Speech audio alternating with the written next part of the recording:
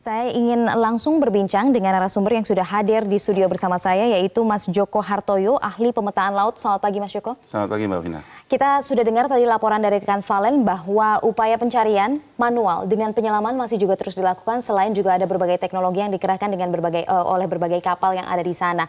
Anda melihat dengan Anda ahli pemetaan laut begitu, kondisi laut yang ada di Karawang ini seberapa rough atau seberapa sulit begitu untuk dilakukan penyelaman secara manual? Ya. Pertama kalau kita lihat di lokasi, pada umumnya di Laut Jawa memang punya kedalaman antara 30 sampai 40.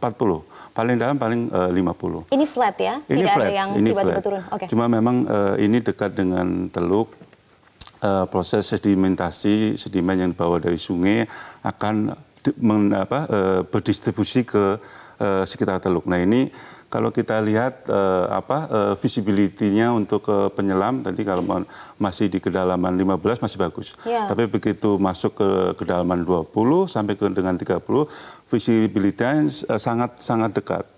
Dan teman-teman pasukan yang menyelam di laut itu juga punya masa menyelamnya. Karena dengan kedalaman 30, paling lama menyelam 30 menit, 25 sampai 30. Setelah itu penyelamnya harus naik ke atas karena supaya tidak terjadi dekom gitu. Oke, artinya dengan pengerahan kapal Barunajaya dan kapal satu lagi yang canggih juga begitu ya. Nah, ini kemudian apakah bisa membantu upaya pencarian dengan lebih efektif? Ya. Dan seharusnya dilakukan mulai dari sekarang begitu? Ya, pertama mungkin posisi pesawat Lion yang kita duga jatuh di laut itu, mungkin data yang utama dari ADSB yang di setiap pesawat baru ini mempunyai transponder itu yang memancarkan sinyal. Nah, ya. Mungkin Airnav saya yakin punya itu, mungkin bisa memberikan masukan posisi terakhir pesawat tersebut. Ya. Nah, kapal-kapal ini kan dilengkapi dengan alat multi-beam, side scan, dan ada receiver penerima sinyal akustik dari black box itu. Betul. Namanya black box, tapi warnanya orange. Ya. Itu di black box itu dia memancarkan sinyal 38, sekian kilohertz. Yang kalau kita bisa di laut dalam bisa mencapai 3 kilo. Tetapi kan dengan kedalaman laut yang sangat dangkal 30, kita hanya punya range untuk menangkap itu ya kurang lebih dari 300 hingga 500 meter itu. Kita bisa menangkap itu. Saat ini yang paling utama adalah kita seperti kapal Barunajaya 1 adalah mencari black box itu dengan menggunakan, kita punya di kapal ada teman-teman dari KNKT yang mempunyai alat juga untuk penerima sinyal dari black box itu. Di kapal juga ada. Nah itu. Yang kedua memang membantu mencari minimal kalau badan pesawatnya masih ada potongannya itu, dengan di multi beam itu akan kelihatan. Okay. Pengalaman saya waktu saya jadi ketua tim pencarian kapal Bahugajaya yang kecelakaan di Selat Sunda tahun 2012, kita membuat pencarian dengan multi beam dan side scan.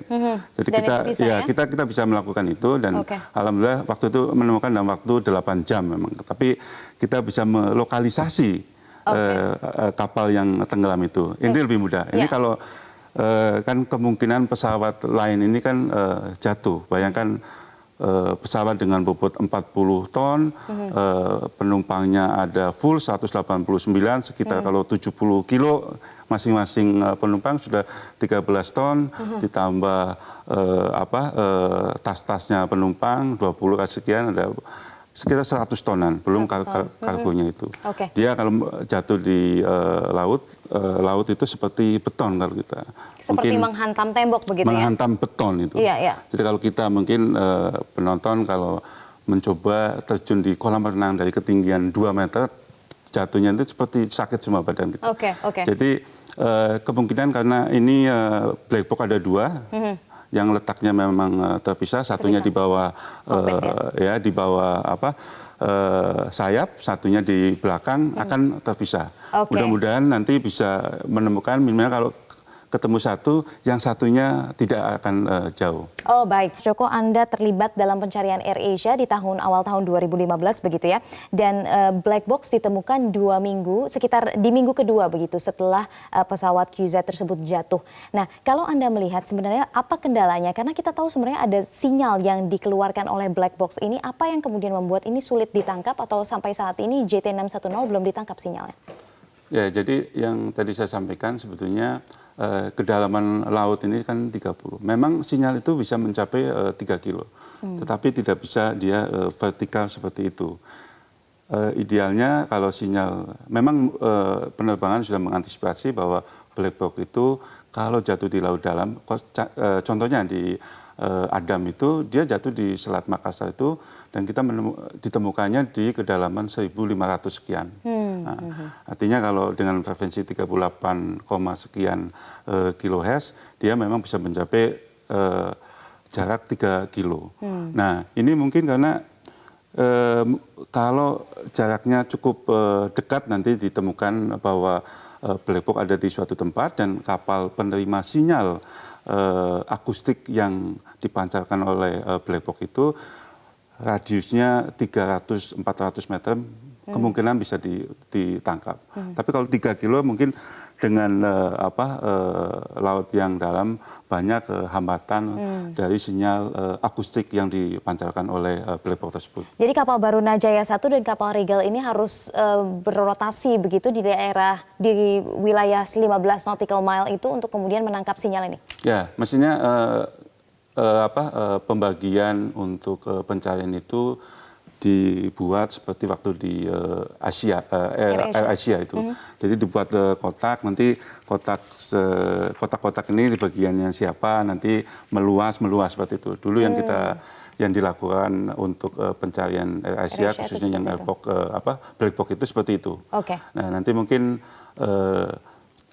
kapal Barunajaya dan kapal Regal melakukan survei sama-sama, karena kapal yang lain kan fokus ke pencarian korban. Ya. Nah, sinyal ini akan keluar selama berapa lama masa hidupnya sinyal black box? Sinyal dari black box ini bisa sampai 1 bulan. Satu bulan. Oke. Jadi nanti insya Allah dalam beberapa hari ke depan mesinnya sudah bisa ditemukan. Oke, kalau Anda katakan tadi ini harus tangkap sinyal dulu karena akan sulit melakukan pencarian di area seluas itu jika tidak ada sinyal yang pasti untuk mengetahui koordinat begitu ya Pak ya. Tapi kemudian setelah sinyal ditemukan maka bisa diturunkan alat-alat seperti ROV misalnya untuk mendapatkan visual di bawah laut itu. Tapi kalau Anda bisa analisa pemetaan di bawah laut ini karakternya seperti apa? Kayak yang kami dapat informasinya adalah lumpurnya begitu tebal, ini Kak apakah memungkinkan juga atau mempersulit upaya pencarian juga?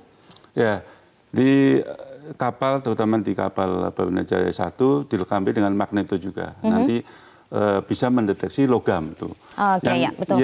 Yang kedua, memang kita di kapal Barunajaya 1 juga punya side scan. Jadi apa yang tenggelam di lumpur juga masih bisa dideteksi. Mudah-mudahan sih masih ada yang nongol, maksudnya dari tidak tenggelam semua. Nah, khususnya memang di Laut Jawa, terutama ini kan dengan Teluk ke Jakarta, memang sedimentasinya memang tinggi. Tadi kalau disampaikan di sana lumpurnya tebal, memang iya.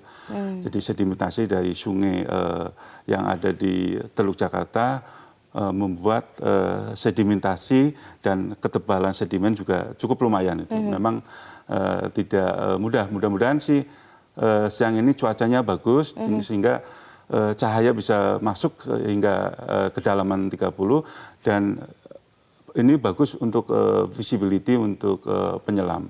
Yang tadi juga kalau kapal ini tidak hanya dengan itu tadi receivernya untuk menangkap sinyal dari black box, tapi dengan multi beam, sapuan multi beam yang insya Allah kita bisa melakukan dengan 5 kali kedalaman. Kalau kita menemukan sesuatu juga akan terlihat di hasil di multi beam, karena ini 3 dimensi. Bayangkan kalau ada bottom lautnya yang flat, ada sesuatu benda pasti akan kelihatan. Oke. Kalau kita lihat juga rencana atau skema pencarian yang akan dilakukan di hari ketiga ini adalah bergerak ke arah timur, ke arah Indramayu. Nah, kalau kita lihat dalam kondisi sekarang ini memang arus bawah laut ini cukup kencang atau tidak Pak? Dan arahnya ini apakah betul ke arah timur? Ya, Jadi ini kan musim barat, anginnya ke timur, memang arusnya menuju ke sana. Dan di Teluk Jakarta dan di atasnya itu kira-kira